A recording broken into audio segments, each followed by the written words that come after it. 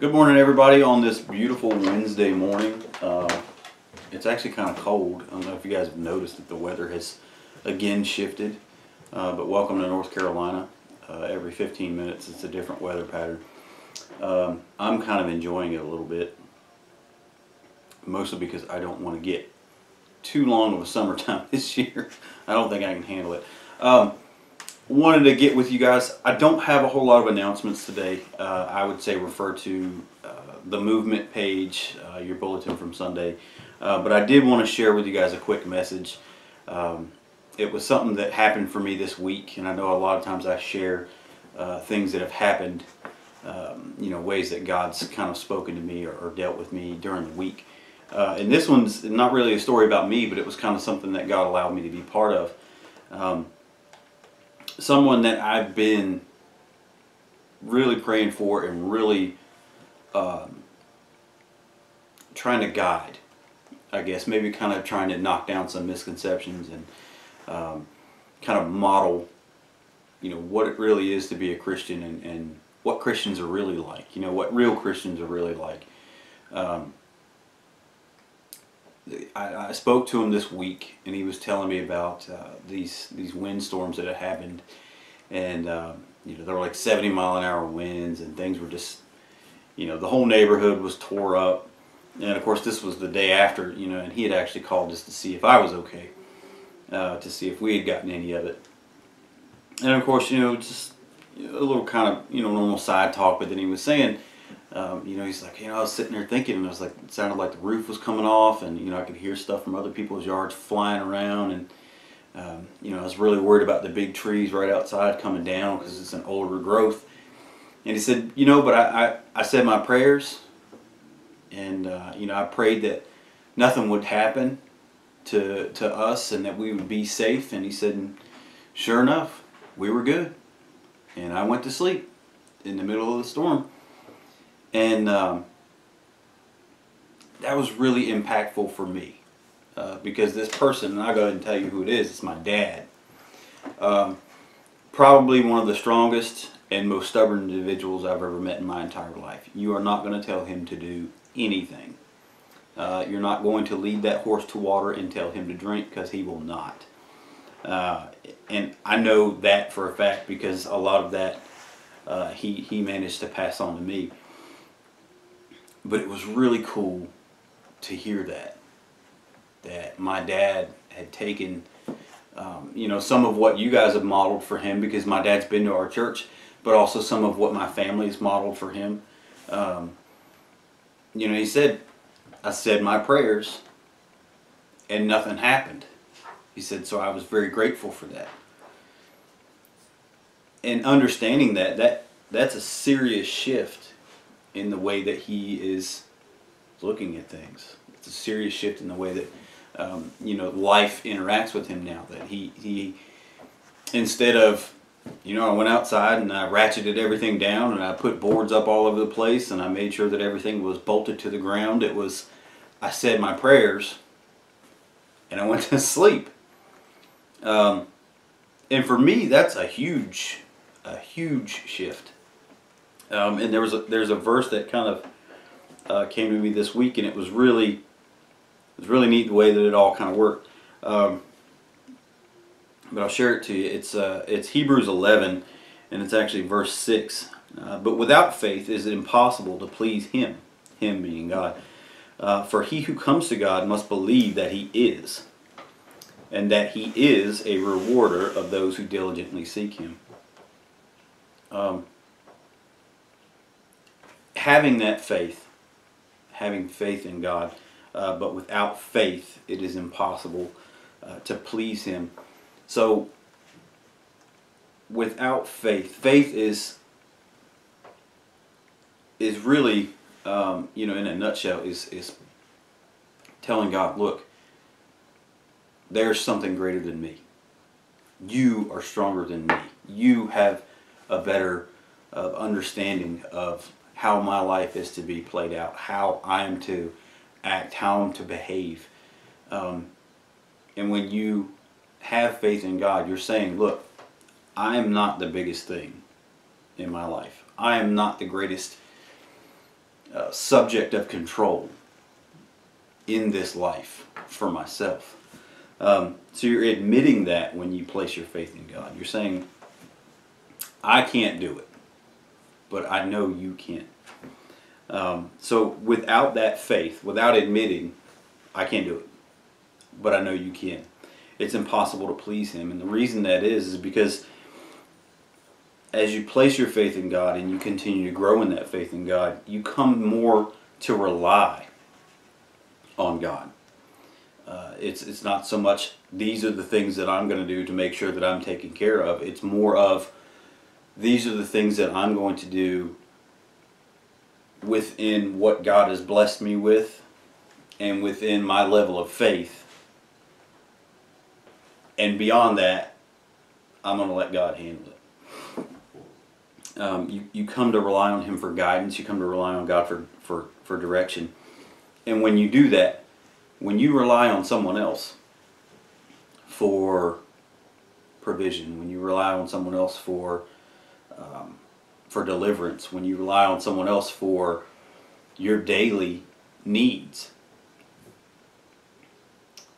you come more into alignment with what they have for you, what they would kind of picture your life to be. So when we rely more on God, God aligns us more with what His will and His desire for our life is. And that in itself is pleasing to God, because that's what God wants. He wants that relationship with us, but He also wants us to rely on Him for the needs of the day, the needs of our life, the direction that we would take, calling out His will for us, and doing those things that He would have us to do to further His kingdom, to minister to other people, to bring people into the fold. Okay, and then for he who comes to God must believe that He is. It's really simple. If you are coming to God and you are seeking something, if you are seeking deliverance from something, if you are seeking provision, if you are seeking direction, you have to believe that He is, that God exists, that God is who He says He is, that His character is exactly what His Word says His character is. It's almost like when people just, man, I really hope this works out, versus, man, I'm really praying that God will provide for this, or if you're praying, it would almost seem kind of silly to pray without believing, even this much, that God is everything that He says He is. And the next line is really cool. For he who comes to God must believe He is, and that He is a rewarder of those who diligently seek Him. This is kind of neat for me, especially because my dad he's getting there. It's not going to be, I think, God's just going at a war of attrition with my dad because of he knows who He is. He's just bit by bit, and I'm very grateful for the fact that God is a patient and loving God. But he who comes to Him must believe He is, and that He is a rewarder of those who diligently seek Him. Again, this kind of like with the faith. When we diligently seek Him, when we diligently call out to Him, when we diligently seek for His guidance and His will in our life, God rewards us with those things. Does that mean that it's always, God, I'm really diligently seeking out that You would provide me with whatever, sports car, brand new house that's super cheap, or a promotion that whatever? It doesn't always mean that you're going to get the things that you want, but it does mean that God is always going to reward your diligence. He will always fulfill the needs that you have. Again, that whole reward is not necessarily based on the fact that you're constantly seeking it. Because I've personally prayed, and I know, everybody has personally prayed for that one thing, that one thing that we thought we needed at the time, or that thing that I know if I get this, or could have this, or could get that promotion, I would get over this hump, and and everything would change. That's not necessarily true, and a lot of times when we look back at it, after the fact, we find that if we had gotten that one thing that we really wanted, or that we really thought we needed at the time, that it wouldn't have turned out the way that it did.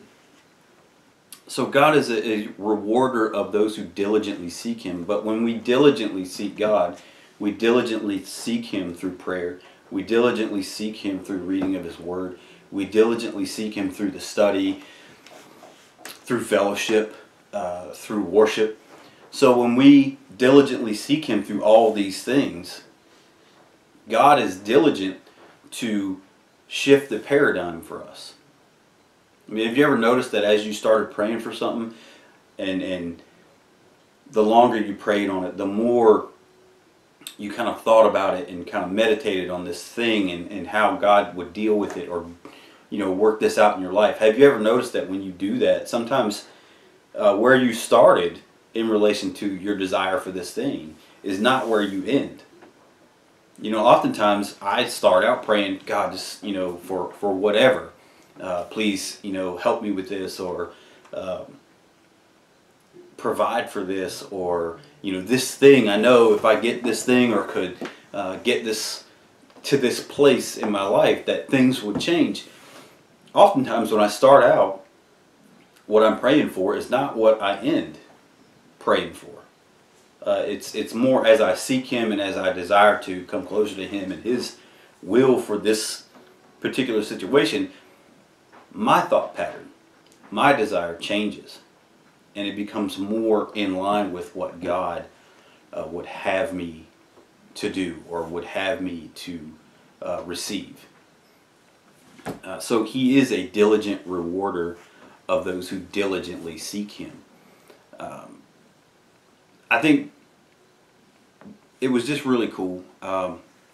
It may not impact you guys as much because it's not your dad, but knowing my dad, and you guys don't know him as well as I do, but to hear him say the words that he prayed and then he went to bed, that to me just tells me that, one, he does believe that God exists, and he believes that God has dominion over all things in this life, that He could stop the weather, that He could protect the house that he lives in, comparatively speaking to the others around him, which honestly, nothing at my dad's place was really damaged.